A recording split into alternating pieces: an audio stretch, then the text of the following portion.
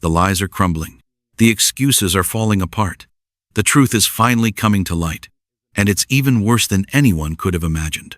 Kevin Stefanski just stood at that podium after one of the most controversial coaching decisions in recent NFL history and tried to gaslight the entire football world about why he took Shedeur Sanders off the field for the game-tying two-point conversion. But his story doesn't add up. The timeline doesn't make sense. And the contradictions in his own words are exposing him as either a liar or someone so incompetent that he has no business being an NFL head coach. Either way, what we're witnessing is an absolute disgrace to the game of football and a betrayal of a young quarterback who deserves so much better. Do you believe now? Can you see the sabotage that's been happening right in front of our eyes? Are you finally ready to admit that something deeply wrong is going on in Cleveland and that Shedeur Sanders is being systematically undermined by his own coaching staff? Because after watching Kevin Stefanski's pathetic press conference performance, after hearing the weak excuses and transparent lies, after seeing him refuse to give straight answers to simple questions, there's no other conclusion to draw. This is sabotage, plain and simple. And Stefanski just got caught red-handed. Let's review exactly what happened so everyone understands the full magnitude of this disaster. Shedeur Sanders threw for 364 yards. He accounted for 4 total touchdowns, 3 through the air and 1 on the ground. He threw 2 touchdown passes in the final 6 minutes of the game, leading his team on 2 consecutive scoring drives when they were down 2 scores and the game looked completely out of reach. He drove the Cleveland Browns down the field with ice in his veins, showing poise and composure that veteran quarterbacks would envy, and capped it off with a beautiful touchdown pass to Harold Fannin Jr. that gave his team a chance to tie the game with a 2-point conversion.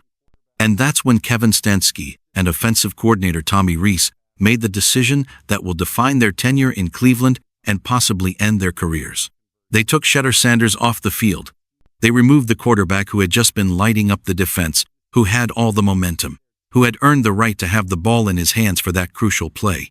They benched him in favor of some wildcat gadget play that had no chance of succeeding and that everyone watching knew was doomed from the moment they lined up.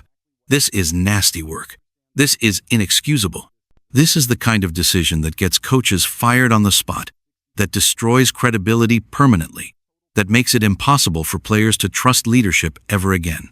Kevin Stefanski, you have been exposed. You've been caught. Nobody can deny this anymore. Nobody can make excuses for you. Nobody can defend the indefensible decision you made to take Shedeur Sanders off the field for the final play of the game.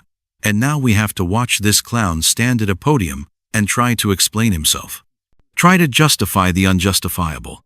Try to gaslight everyone into thinking this was somehow a reasonable decision made for sound football reasons. The arrogance is breathtaking. The dishonesty is infuriating. And the complete lack of accountability is exactly what you'd expect from someone who knows he screwed up massively but is too proud or too scared to admit it. Let's break down Stefanski's press conference line by line, because every word out of his mouth reveals more about what's really going on here. He started by saying he was disappointed that they need to give credit to the Titans who won the game, that they made more plays in the end. Standard coach speak. Nothing revealing yet. But then he started listing all the problems. The run defense, the turnovers, the blocked punt, and finally, obviously not getting either of the 2-point plays really off is frustrating. Not getting them off. That's interesting phrasing, isn't it? He's already trying to frame this as an execution problem, rather than a decision-making problem. He's already laying the groundwork for blaming players, rather than taking responsibility for making the wrong call in the first place. This is classic deflection. And it's exactly what you'd expect from someone who knows he's in the wrong, but refuses to admit it.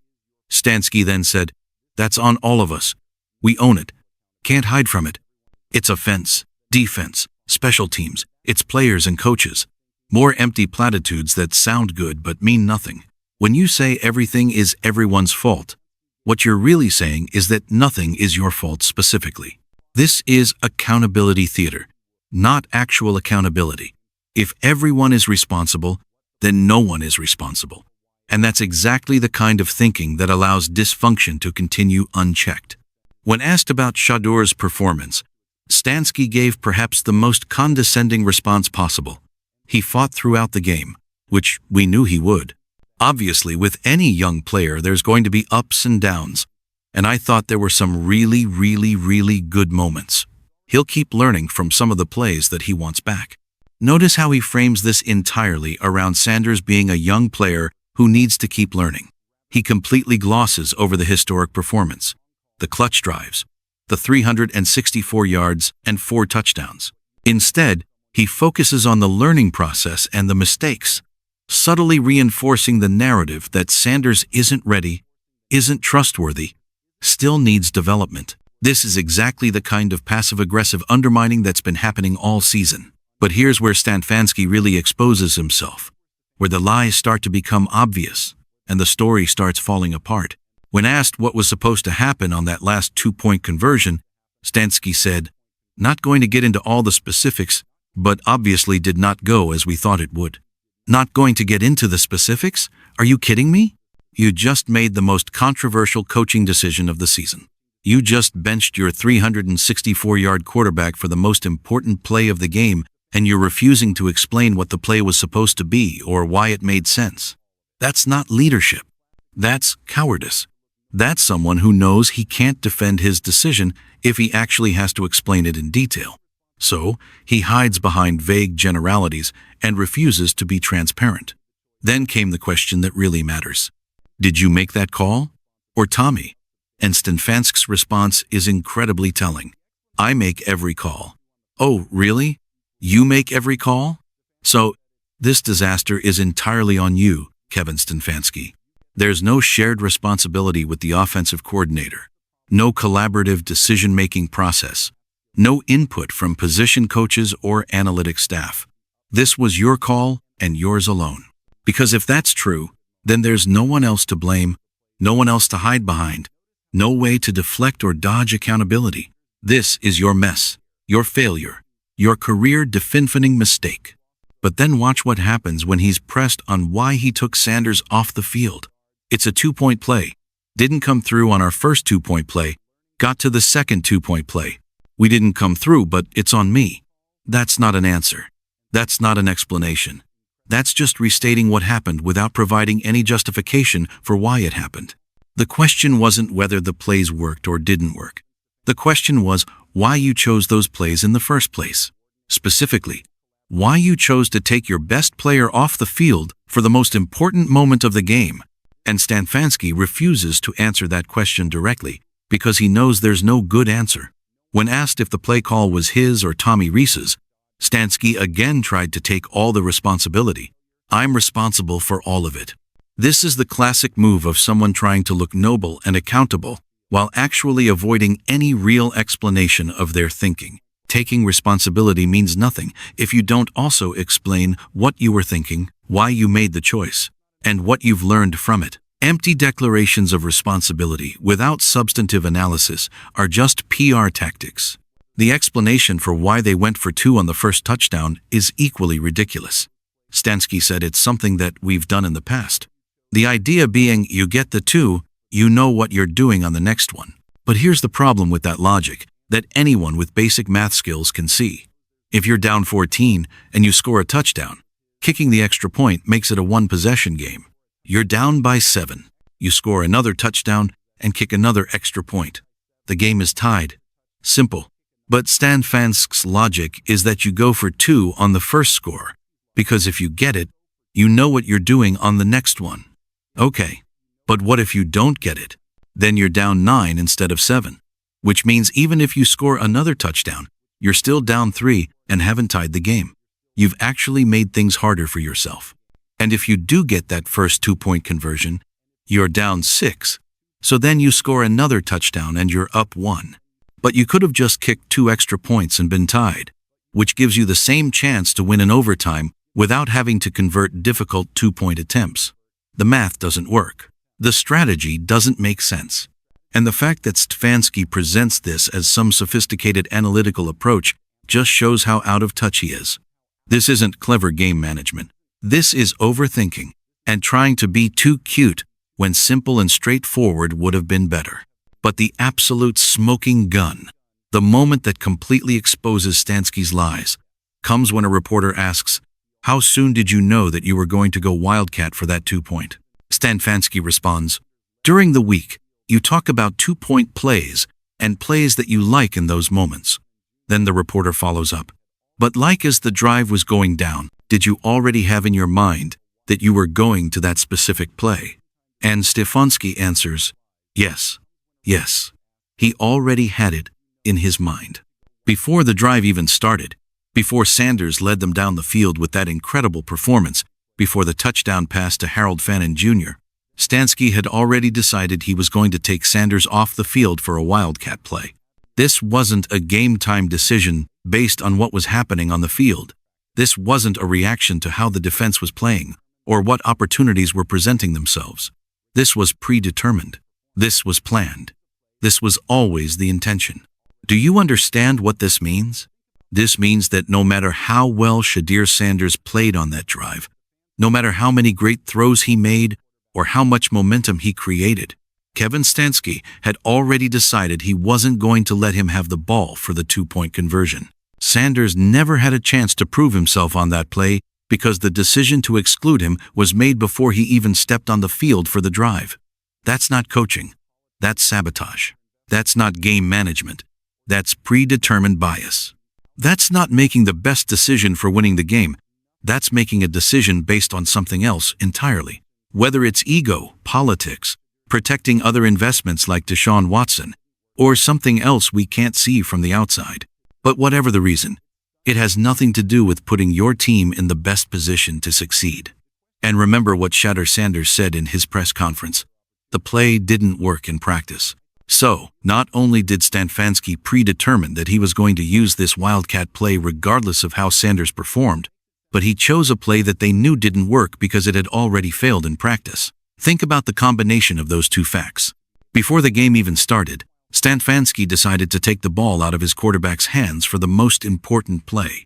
And the play he chose to replace it with was one he knew didn't work. That's not a mistake. That's deliberate sabotage. When asked about Sanders' interception and whether he should have just thrown it away, Stefanski's response was revealing. He'll learn from that. Young players, you learn from every turn. There's some great stuff you can coach off of. But here's the thing.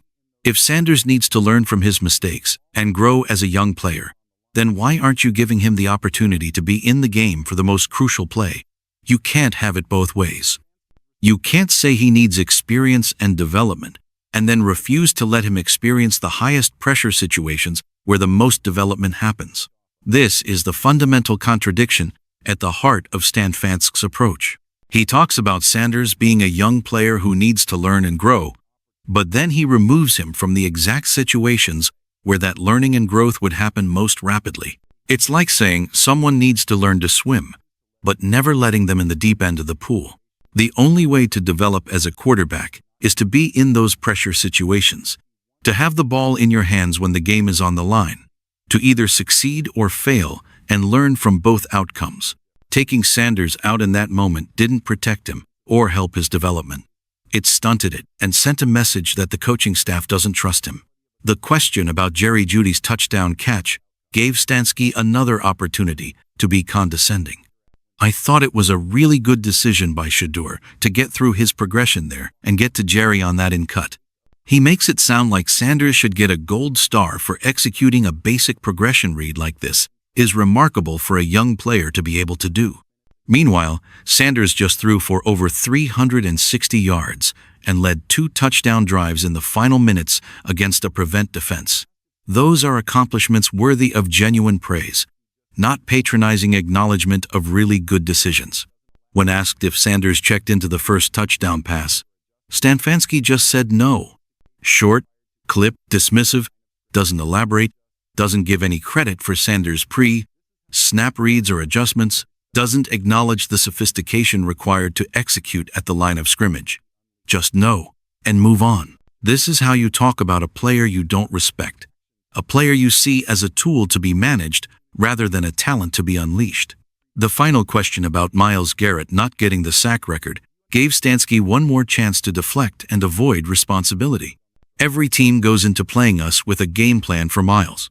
That's no different. In other words, don't blame me for our defensive star not making plays. Blame the other team for scheming against him. This is the mentality of a coach who refuses to take real ownership of outcomes, who always has an excuse or someone else to point the finger at when things go wrong. And then he just ends the press conference with, "Thanks, guys," and walks away, leaving a wake of unanswered questions, exposed lies, and destroyed credibility. This is a man who knows he's in trouble, who knows his excuses don't hold water, who knows the football world sees through his nonsense, but is too arrogant or too scared to come clean and admit he made a massive mistake. The calls for Kevin Stefanski to be fired aren't just emotional reactions from angry fans. They're justified responses to a coach who has proven he either can't or won't put his team in the best position to win games. Taking Shedeur Sanders off the field for that 2-point conversion after predetermining before the drive even happened that you would use a play that didn't work in practice is a fireable offense by itself. Add in all the other dysfunction, the special teams disasters, the defensive breakdowns, the pattern of undermining Sanders throughout the season, and you have a coach who has completely lost the plot and needs to be removed before he does any more damage. Tommy Rees needs to go too. The offensive coordinator who either agreed with this terrible decision or failed to talk his head coach out of it has no business calling plays at this level. And the special teams coach who has presided over disaster after disaster all season long needs to be shown the door as well. This is wholesale organizational failure, and the only way to fix it is to clean house and start over with people who actually understand how to develop young talent and make smart in-game decisions. The special teams for Cleveland have been atrocious all year. Blocked punts, poor coverage, mistakes in crucial moments. That's not bad luck. That's bad coaching. And when you combine that with offensive play calling, that seems designed to prevent your best players from making plays and defensive schemes that can't stop the run against inferior opponents, you have an organizational disaster that requires dramatic intervention. Shedeur Sanders deserves better than this. He's proven he can play at an elite level, that he can make throws and lead drives and perform in clutch situations. He's done everything asked of him and more, exceeding expectations and proving doubters wrong at every turn. And his reward for all of that is being sabotaged by his own coaching staff, being undermined by the very people who should be supporting and developing him, being lied about in press conferences where his coach tries to gaslight the entire football world about what really happened and why. The owner of the Cleveland Browns needs to act immediately. Not on Monday, not after reviewing the tape and having meetings immediately. Kevin Stefanski should not be allowed back in the building. He should be fired tonight, escorted out, and replaced with someone who will actually give Shedeur Sanders a fair opportunity to succeed. Anything less than that is organizational malpractice and a betrayal of the fans who have suffered through decades of incompetence and are now watching it happen all over again, with a quarterback who could actually be the answer they've been searching for. The lies have been exposed. The sabotage has been revealed. The truth is out there for everyone to see. Kevin Stefanski predetermined that he would take Shedeur Sanders off the field for the most important play of the game, and he chose to replace him with a play that didn't work in practice. That's not coaching. That's career suicide. And if the Cleveland Browns organization doesn't recognize that and act accordingly, then they deserve every bit of the dysfunction and failure that's coming their way. Fire Kevin Stefanski. Fire Tommy Rees. Fire the special teams coach. Clean house and start over with people who understand what they have in Shedeur Sanders and are willing to build around him rather than tear him down. That's the only way forward, and anything less is complete organizational failure.